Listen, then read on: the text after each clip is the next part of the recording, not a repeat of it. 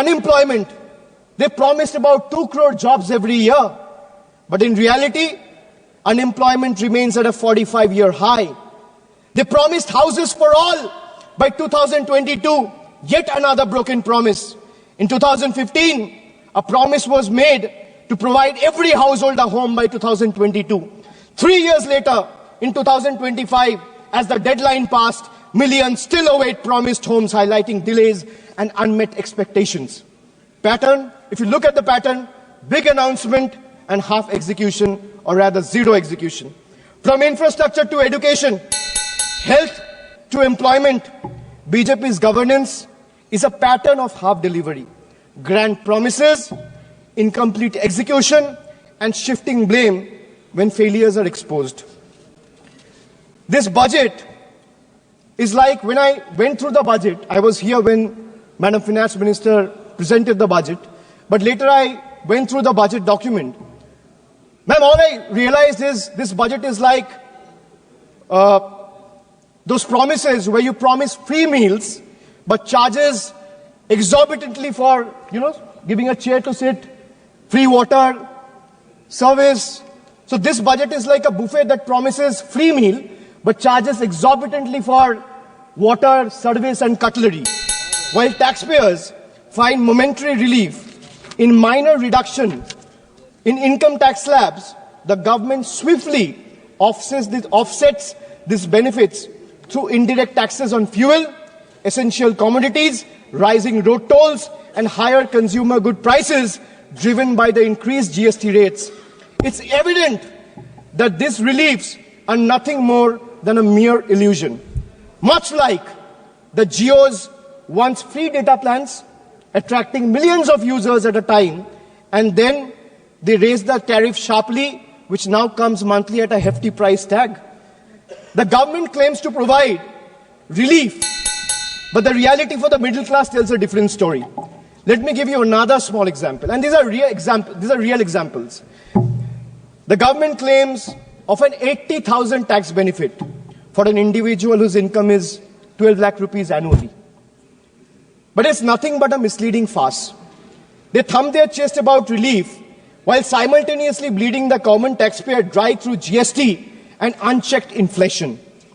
A taxpayer in this income bracket, that means someone who is earning 12 lakh rupees annually, spends on essential categories like food, housing, education, healthcare, railway travel, air travel, transport, recreation, and each of these are subjected to steep GST rates under NDA's failed economic policies.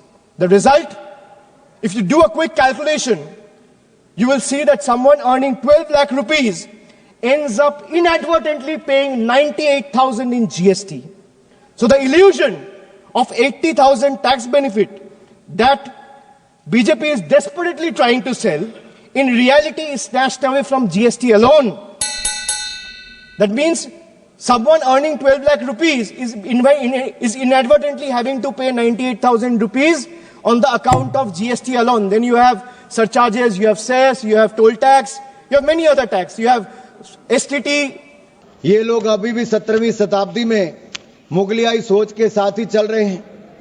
इनके ideal तो राणा सांगा, शिवाजी महाराज, महाराणा प्रताप होने चाहिए थे, लेकिन बाबा और औरंगजेब को याद करने में ये लोग लगे हैं। मैं तो इसमें एक बात कहूंगा, जो दरिंदा खा गया अपना पूरा परिवार, फक्र से आज शरियाए दीवानों को मोहब्बत है उसकी कब्र से। और जिसने जाजिया टैक्स लगाने का काम किया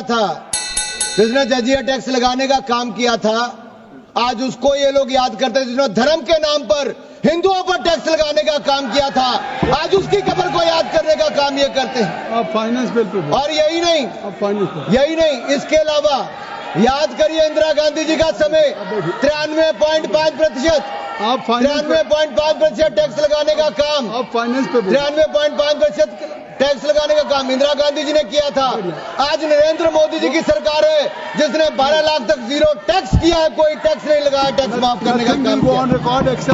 और जहां तक GST अपीलेट ट्रिब्यूनल की बात है, जीएसटी अपीलेट ट्रिब्यूनल भी हमने बना दिया है। संजय मिश्रा जी उसके चेयरमैन हैं। यही नहीं सर, मैं एक बात आपसे और कहना चाहता हूं। अगर आप राणा सांगा की बात कही गई, ये विपक्ष के नेताओं से मैं कहना चाहता हूं, हमारे पूर्वज, हमारे नायक भारत के गौरव हैं। ये इनको अपमानित करने का बार बार प्रयास करते हैं। उनकी छवि को धूमिल करने की इनकी आदत बन गई है सर।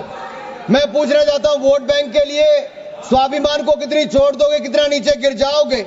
मैं कहूंगा, वीर कभी मरते नहीं, वो सदा जिंदा रहते हैं। कभी दिलों में, कभी इतिहास में अमर रहते हैं। साहस इतना था शूरवीर राणा सांगा में, भर भर देश के दुश्मन कांपते थे थर थर। मेवाड़ शिरोमणि को तुम नीचा क्या दिखाओगे? मुगलिया सोच की औलादो, जिनके 80 घाव थे तन पर, व्यथा नहीं थी मन में। आज अगर राणा सांगा जिंदा होते तो तुम जैसे दूर कोने में बैठकर टोपियां सिल रहे होते। सर यही नहीं, अगर मैं बात करूं, आज मुस्लिम आरक्षण की बात करते हैं, बाबा साहब अंबेडकर के संविधान की कॉपी को लेकर जाते हैं। अरे संविधान को पहले तार तार करने का काम आपने इमरजेंसी के समय किया था। आज मुसलमान को आरक्षण देने की बात करते हो। तुष्टीकरण की राजनीति के लिए मुसलमानों के ठेकेदार बनने का काम करते हो। सबके हक की बजाय मुस्लिम परस्ती में मशगूल कांग्रेस, क्या आप मुस्लिम लीग बनाने की बात करते हो? अरे गांधी जी, महात्मा गांधी जी और सरदार पटेल जी के देश में आप जिन्ना का मुल्क बनाने की सोच मत रखो। हम जिन्ना का मुल्क कभी नहीं बनने देंगे, कभी नहीं बनने देंगे। माननीय अध्यक्ष जी, माननीय सभापति जी, ये बात करते थे जॉब क्रिएशन की। आप फाइनेंस बिल्कुल। माननीय सभापति जी, ये जॉब क्रिएशन की बात करते थे। मैं कहना चाहता हूं, हमने पिछले साल ही 4.6 करोड़ नई जॉब्स, नया रोजगार अगर हुआ है तो इस देश में नरेंद्र मोदी जी की सरकार हमारे प्रयासों कर। स्टार्टअप्स भी 1,60,000 तक हो गए। यही नहीं, कोविड के बाद भी उससे लड़ने, उससे निकालकर हमने मॉरिटोरियम पीरियड भी दिया।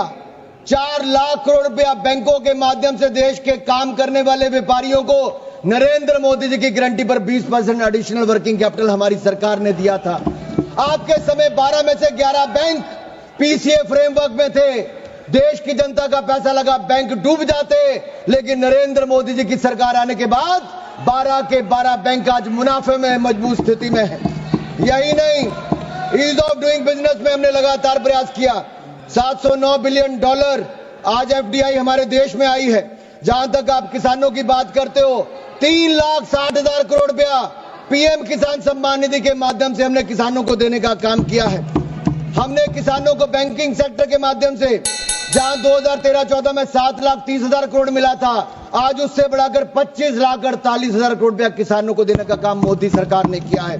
यही नहीं, सबका साथ सबका विकास क्या होता है?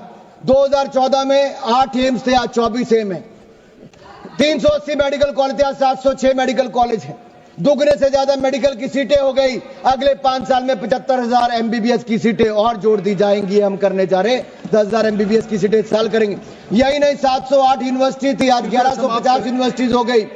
96,000 किलोमीटर नेशनल हाईवे थे, आज 1,60,000 किलोमीटर हो गए। 74 एयरपोर्ट थे, आज 160। समाप्त करें मेरे सर 5 मिनट और बचे सर मेरे अभी। नहीं। सर मेरा 5:34 तक समय सर मेरा। आप सर यही नहीं सर, ट्रिपल आईटी सर 9 से बढ़कर 25 हो गए।